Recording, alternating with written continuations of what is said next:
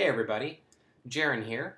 Today I'd like to share with you some quick ways in which you can create a layered texture look using both Illustrator and Photoshop. I'm going to be covering a quick technique to distress vectors in Illustrator and how to create also a halftone pattern in Illustrator. And then we'll jump over to Photoshop and I'll show you how to piece together multiple layers and also create some more halftone textures in Photoshop. So just jumping right in. I'm in Illustrator here. I've hand-drawn some type.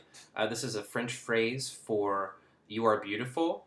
And I've scanned it in, and I'd like to share with you how I created this distressed look that's on top of the type. So down here, I have the original bee that I scanned in, that I drew.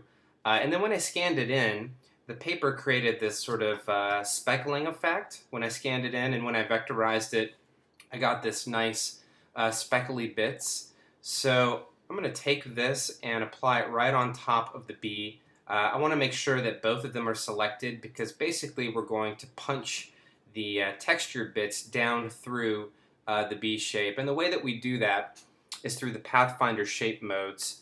So if I click on the subtract button, it's going to do that punching down work really nicely.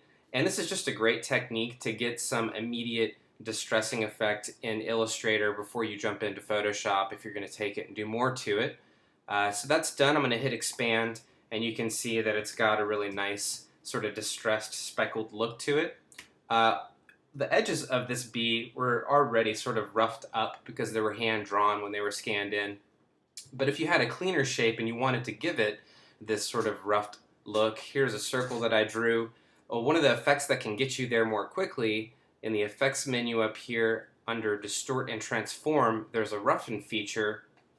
And if we turn preview on and start changing some of the numbers on the size and in the details, something sort of like this, you can see that I've got that roughened look that was naturally produced with the hand-drawn letter B. What you need to do though once you apply that is go to Object and Expand Appearance to make sure that it's all ready to go. So that's one way to get a nice distressed look before jumping into Photoshop. The other thing I wanted to share with you in Illustrator was one way to create a halftone pattern effect. And what I've got here essentially are a bunch of really small hand-drawn circles that I've copied and pasted and made a grid out of. And once you do a lot of copying and pasting, you can make a really large pattern out of this. It scales really well. You can make it larger circles, or you can scale it down, and then you get this really nice halftone effect. So what we're going to do is take some of this stuff, and we're going to jump into Photoshop and sort of create a piece of artwork. So layering textures really requires thinking about a background, a middle ground, and possibly a foreground of design elements if you want to go that number of planes. But here I've got a piece of paper. I'm going to apply this mint green color that I've been working with. And if I pull in the dots that we saw there from Illustrator as a smart object on this layer, you can already start to see that we're getting that sort of base textured look that we're going to be working with. It's a bit heavy to have the whole piece sort of splattered with this halftone vector dot pattern.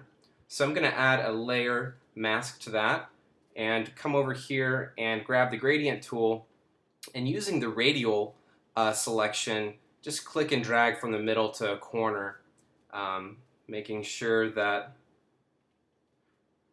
everything's, the opacity's up. You can see it sort of removes the circles from the middle, so immediately creating this nice vignette look.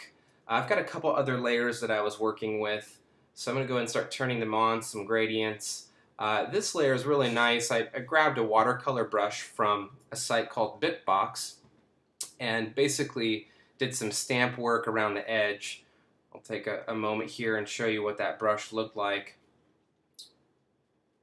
But essentially, this is a really nice way to add another second texturing effect on top of an existing halftone. So already starting to blend multiple textures to create a specific, unique look. So I stamped around the edges, and then I created another layer mask. And using black fill, I sort of punched back right in these areas towards the center to continue that vignette. So the next thing I'd like to share with you is how to create halftones in Photoshop. And there's two different ways to achieve this. I'm going to use an image of a peony to work into this piece. The first way is really straightforward and simple. So what you're going to want to do is go to Filter and go to Pixelate Color Halftone.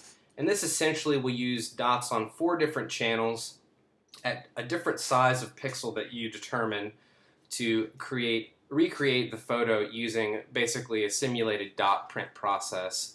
If I keep the dots small at 4, it's going to look a little bit more detailed, so I'm going to go ahead and do that, and we'll take a look at what that looks like when you apply that filter. So this is the quickest way to create halftones. There's another way we're going to look at real quick, but you can see after the filter is done that it's recreating your photo with a number of dots in a really nice and pleasant way. So let me show you one other way in which you can create the halftone, and then I'll explain a process that I experimented with that created a really cool look. The second way is going grayscale. It'll be fine to merge this stuff, and you need to go back to mode and create a bitmap. It's fine to flatten that. So we're going to keep it at 300 dpi, and using under method, there's a halftone screen feature, and that's basically going to do the work for us. We can choose the number of lines per inch and the angle.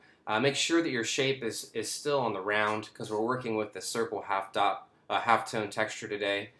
Hit OK on that.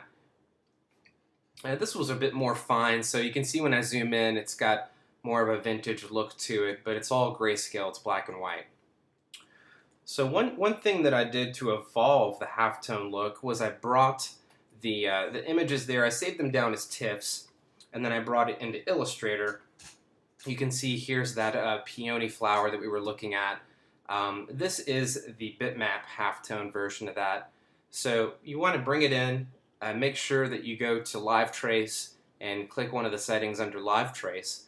And essentially what's that gonna do is gonna create a vector version of the flower, which is really interesting and nice. So applying a second filter on top of it has changed the look yet again, provided some flexibility in terms of what you can do with it. Once we go back to our Photoshop document and bring it in, you can see that here's one where I inverted the peony picture and applied that effect. So again, it's re-emphasizing that vignette that's being created. It has a really nice texture to it. It's allowing for, if we go for a 50 or 60 opacity, it allows for other textures to come through. But if you wanted to use it more strongly, which I did do here on this layer, you can see that we've got that peony. It's been vectorized, but it's brought back in as a smart object. Some color's been applied to it. I've copied it, and I'm basically putting it on the corners. So again, we're just continually evolving the idea of adding effects upon effects in a very subtle way to create a very unique look. There's also another center flower that I threw in here. This layer up here, the empty flower, is one that sits on top of all them, so this actually provides another layer of transparency, which is really nice and subtle. I think the key here is, depending on the type of look that you want to create, keep in mind that going more subtle for the start of adding new layers is better than going really bold. You can sort of always be removing things out as you bring them in and add other elements. So here in the type folder, I've brought in the type that I was working with in Illustrator. You can see that it has some of that distressed quality, but laying on top of it is one of the halftone flower layers that I brought back in that was also vectorized in Illustrator, so creating a very unique look between distressed vector quality as well as halftone being generated by Photoshop, then pushed back through Illustrator and being brought back to Photoshop. So I just really want to encourage you guys that experimenting is always key here in making sure that you can use different effects and textures and elements to create unique looks. But hopefully this inspires you to create some really interesting work. Halftones are part of the traditional history of the print process, and they can be very exciting when used subtly and tastefully. So that's all I've got today, guys. Thanks for watching.